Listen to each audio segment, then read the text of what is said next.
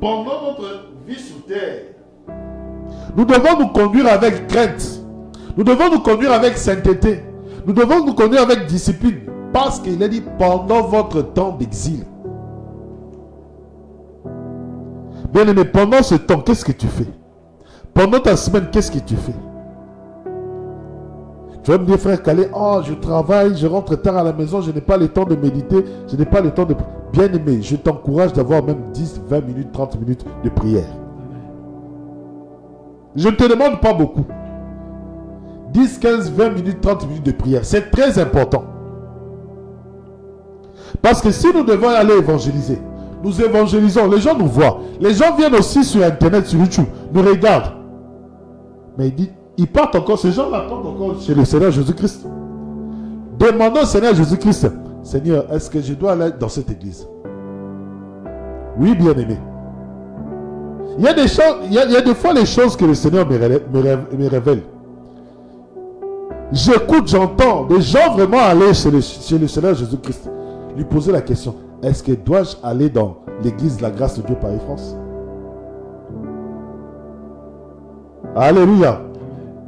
Mais nous prions, la personne reçoit le prospectus, la personne aussi part prier, part demander, Seigneur, j'aimerais aller dans cette église, qu'est-ce que tu en penses? J'aimerais aller dans cette église-là, avec le frère Calais, le frère Suleiman. Qu'est-ce que Seigneur, qu'est-ce que toi tu dis?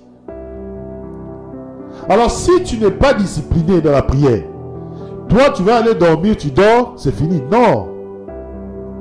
Il faut avoir des temps où tu pries pour que les âmes viennent.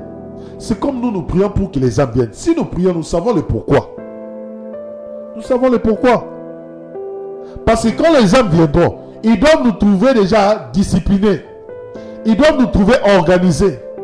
Ils doivent nous trouver que nous marchons à un certain rythme. Le rythme que nous avons aujourd'hui, ce n'est pas le rythme d'autrefois. Il y a de cela 2 ans. Non, pas du tout. Ce que vous voyez aujourd'hui, il y a de cela 2 ans, c'était pas comme ça. Ce n'était pas comme ça.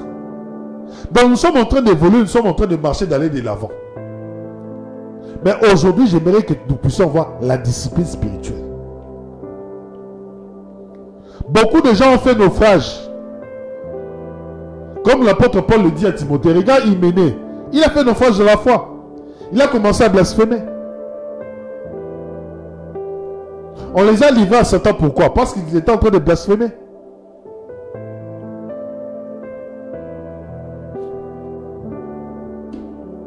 Regardez Moïse à la montagne, à Gabaon, contre les Amalécites. Lorsque Moïse élevait les mains, le peuple gagnait.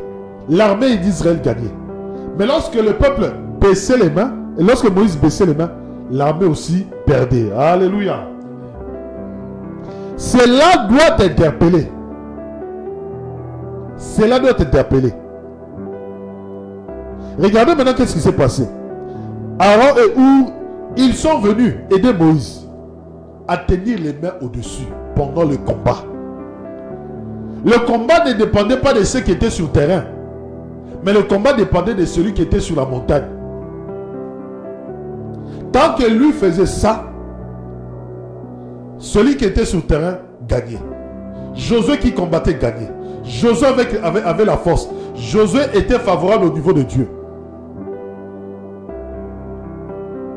Bien-aimé, as-tu baissé les bras? Non, ce n'est pas le temps de baisser les bras. Parce que si tu baisses les bras, dans ta famille, c'est fini. Les sorciers vont régner. Si tu baisses les bras, bien-aimé, les démons vont régner dans ta vie. Le péché va régner dans ta vie. Parce que c'est un combat perpétuel. Nous et le diable, nous et les démons, nous et les esprits impurs, c'est-à-dire que nous les enfants de Dieu, et ces choses-là, c'est un combat perpétuel qui n'aura que de fin quand nous allons au ciel. Le jour où tu vas mourir, c'est là où le jour où tu vas te reposer face à tous ces démons. Mais tant que tu es sur terre, tant que tu es pendant ton temps de pèlerinage sur terre, sache que tu auras toujours en face de toi des démons, des sorciers, des magiciens, ainsi de suite.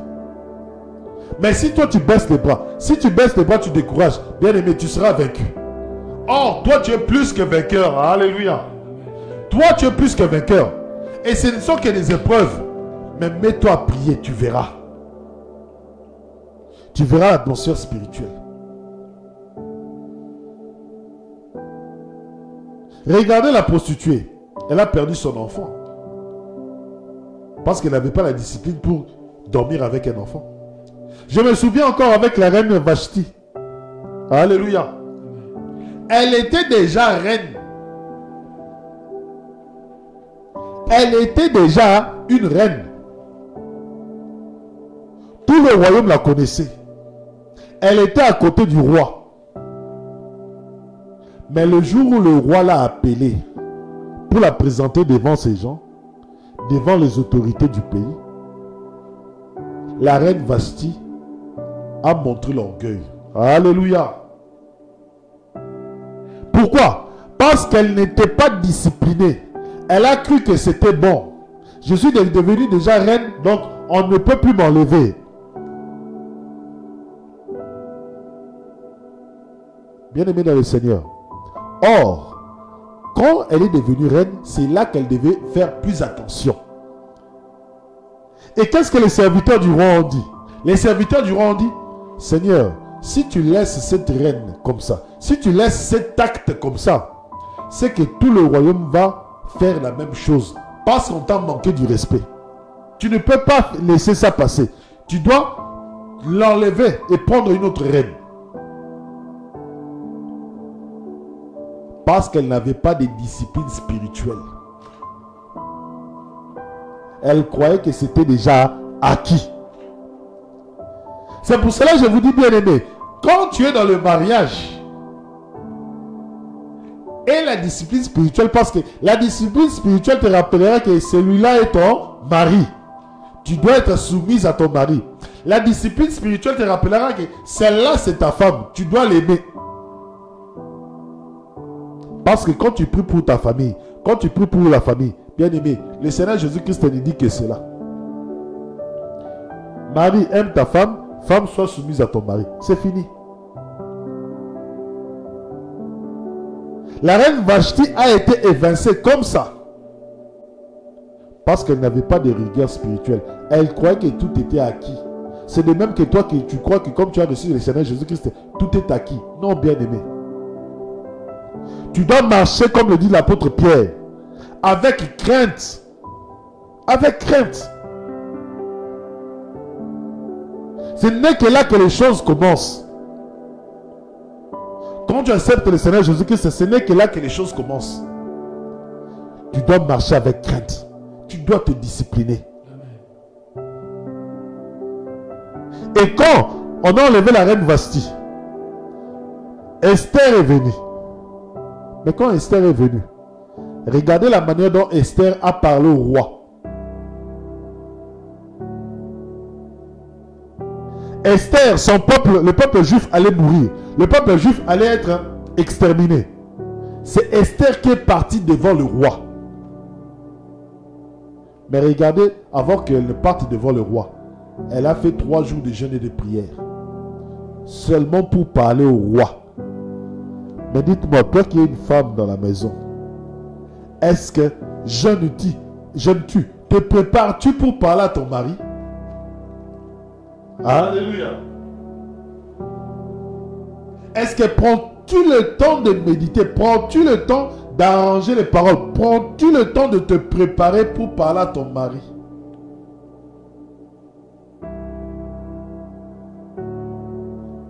Mais Esther a fait 3 jours pour seulement parler au roi.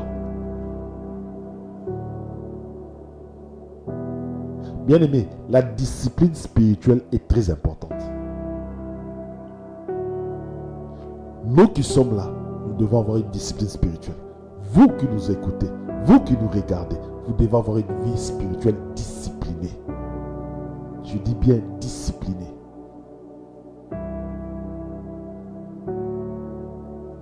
Parce que quand tu as une vie spirituelle disciplinée, le Seigneur peut te faire voir des choses qui vont arriver ou te prévenir, dit, si tu pries, ces choses-là ne viendront pas. Bien-aimé, discipline-toi dans la prière et ne sois plus dans la distraction. Nous ne voulons pas que tu fasses naufrage dans la foi, mais nous voulons que tu demeures dans la crainte, dans la sainteté, dans la vérité.